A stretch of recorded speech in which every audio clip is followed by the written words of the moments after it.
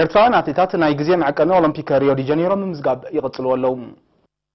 ዝሓለፈ ቀዳም 11 ሰነ ኣብ ሌደን ሆላንድ ኣብተኻየደ ናይ 10000 ሜትሮ ናይ ትራክ ውድድር ኤርትራዊ ኣትሌት አሮን ክፍለ ብ27 ካሊትን ብ4 ንኡስ ካሊትን ቀዳማይ ኮይኑ ተዓዊቱ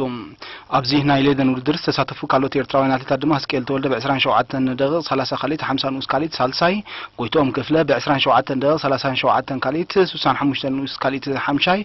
ዕቁባይ ጸጋይ ድማ ብ28 ደቂቕ 25 ካሊት 29 ንኡስ ካሊት 10 ደረጃ ሒዞም ውድድሮም ፈጺሞም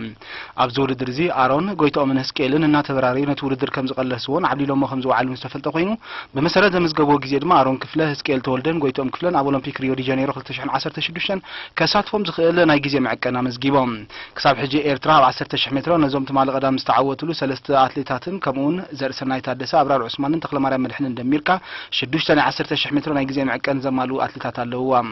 ኣብ 5000 ሜትሮ ድማ አብራር ዑስማን አሮን ክፍለ ህስኬል ተወልደ ተክሊት ተወልደ ብርሃን ከምኡን ዓወት ሃብተ ናይ ጊዜ መዐቀን ያማልዮም زلوا أتلتات يوم أب 3000 متر مثلا خلي معنا هيدا سلاسة أولمبيك ريو دي جانيرو مستضافو درجات أتلت كونن كله أب ماراثون دما أتلتات جرماي جبر سلاسة مانويل مسل تولد ستيفانوس كبرام جبر إكزافير ياري راس مورمن يوهانس جبر جرجشين مسافة في جزيام ماليوم زلوا يوم قبل كان ستيك سب حجي مستضافة أولمبيك ريو دي جانيرو درجات أزلا أتلت النبي تابت مريم ترايام أبزو وانزين أولمبيك مسافة في جزيام زمتو زلوا أتلتات النبركتو يخدو خمسة زلوا استفلتو قينو أبتول الدرجن حنت هاجر أب حد عودي سلسة أتلتات ترايسلة تساتف كسب زو وانزي إيرترا أب أتلتيك سنتو واحد بعشرة حد أتلتات كتوكل مخنا رجوز كوين اللهم هذا كابز عبيين أول ترود دراز هنا كرايتريوم دوفينت مال سنبت بستخير ولد دراب استزازملو إرتراو تقرأ ما دانيال تغلاي مانو تام بس عقبت نايت ولد درب مخان ولد درو فتسيمهم أب نايز حلف قدام شاي مدرخ ناي عقبت كبرو بمعلتي بتيبوت بينو ناي اف دي جي 8 كيلو زنبر دانيال تغلاي مانو تابت ناي سنبت ناي مزاز مدرخ نتوب موسى نتام بس عقبت تبل كبرت كعوت الاخيلهم زحلف عمت ابت ماسال ولد درام بس عقبت تبايلو كشلم كيلو زنبر دانيال ابزي كرايتريوم دوفينت دحر 10 عمت ابت خاتل تكل عمتات تام بس عقبت كخون زخالق قداماي تقلاداماي زبل كبرو تلابيس اللهم ابزنا فتصامن مدرخ دانيال زلوا دو افريكا كلب دايمنشن داتا بمنجد ستيفن كامينس ناي مدرخ عودنا مزغيبالا كامينس نزايت مالنا مزازميت ولدر نعباي جوجلا ناي 3 دقيقه 57 كاليتن فللي بمنصافي كعوت الاخيلهم بحفشه ابزنا 7 مدرخ ولدر انجليزاوي تقالنا ماي كريستوفر فروم ب 29 ساعه 59 دقيقه 31 كاليت عوات بيጫ مالنا ناي تولدر كون كلو دايمنشن داتا ناي دانيال حويسكا ابنا نت ولدر دما بمنجد نيروجاوي ادفالد فوسن هاجن ونانيت قطلا ماليون كوينالا بغانتا نزور درزيس كاي كتعوتلن كلا دايمنشن داتا دما مبل 10 درجه حيزا ولدر فتصيمام بنشته تور فرانس صوا كرايتريوم دوفينه غانتات نتور فرانس كمدال وسط متو خينو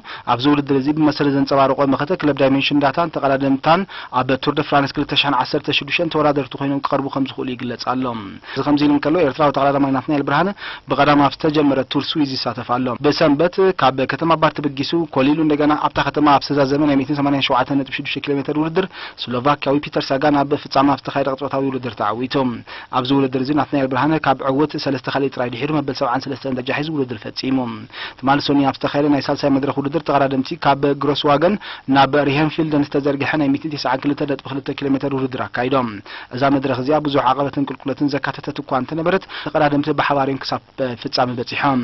ኣብቲ ዝተኻየደ ቅጽበታዊ ውድድር ድማ ከም ካልእት መድረኽ ኣብዛ ሳልሰይት መድረኹን ስሎቫካዊ ፒተር ሳጋን ተዓዋት ኮይኖም ሳጋነት ናይ 192 ኪሎ ሜትር ውድድር ብ4 ሰዓት 31 ደቂቃን 17 ካሊትን ክዛዝሞን ከሎ ናትናኤል ድማ ብ2 ደቂቃን 23 ካሊትን ድሒሩ መበል 63 ደረጃ ሒዙ ውድድር ፈጺሙሎም ነዚ ውድድር እዚ ኣብ ሓፈሻዊ ግዜ ፒተር ሳጋን ዝመርሖ ዘሎ ኮይኑ ናትናኤል ድማ ኣብዛ ሳልሰይት መድረኽ ብዘመዝገበ ውጽኢት ካብቲ ተቀዳዳማይ 3 ደቂቃን 11 ካሊትን ድሒሩ ኣብ መበል 64 ደረጃ ተሰሪዕሎም ኣብ ካልእት መድረኽ ኣብ መበል 97 ደረጃ ዝነበረ ናትናኤል ኣብዛ መድረኽ እዚኣ 34 ደረጃ ኣማሓይሹ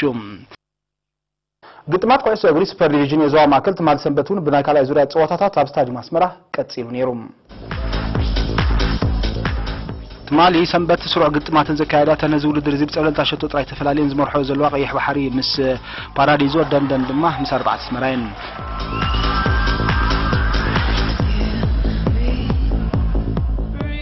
قدامي قدم كيح بحر مس باراديزو تتعيطا بت قدم نصوتا مولو بملا عليلاتو زنبرت كيح بحر قد معرفتي كابتن 3 ورحت قصي عز قد نيمد هانيسين كلته حنت دما كاب حيلا بتكيد مزقاف 3 بادو مرحوت يام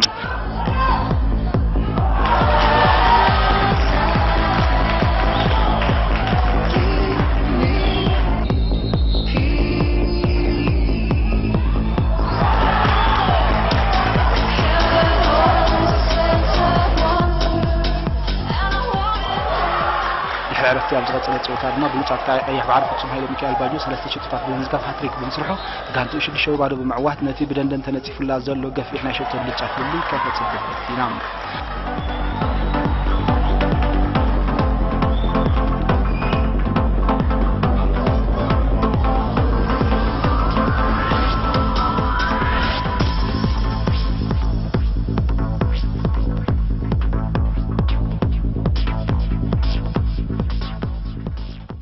ኣብ ካልኣይ ግጥም መራሒት ዘላ ደንደን ኣንጻር 4 ኣስመራ ተፃዊታ ናይ ዘን ክልተ ጋንታት ግጥም ብፍላይ ኣብ ቅድሚ ዕረፍቲ ሚዛን እውን ሓያል መኸተ ተፃወቲ 4 ኣስመራን ዝተንፀባረቑ እዩ ነይሮም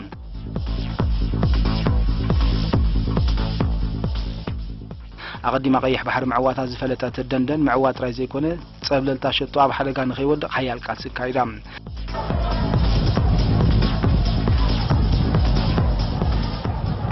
ኣብ ቅድሚ ዕረፍቲ ክሰልጣ ይከኣለን ክልቲአን ጋንታት ባዶ ባዶ እየን ተፈላለየን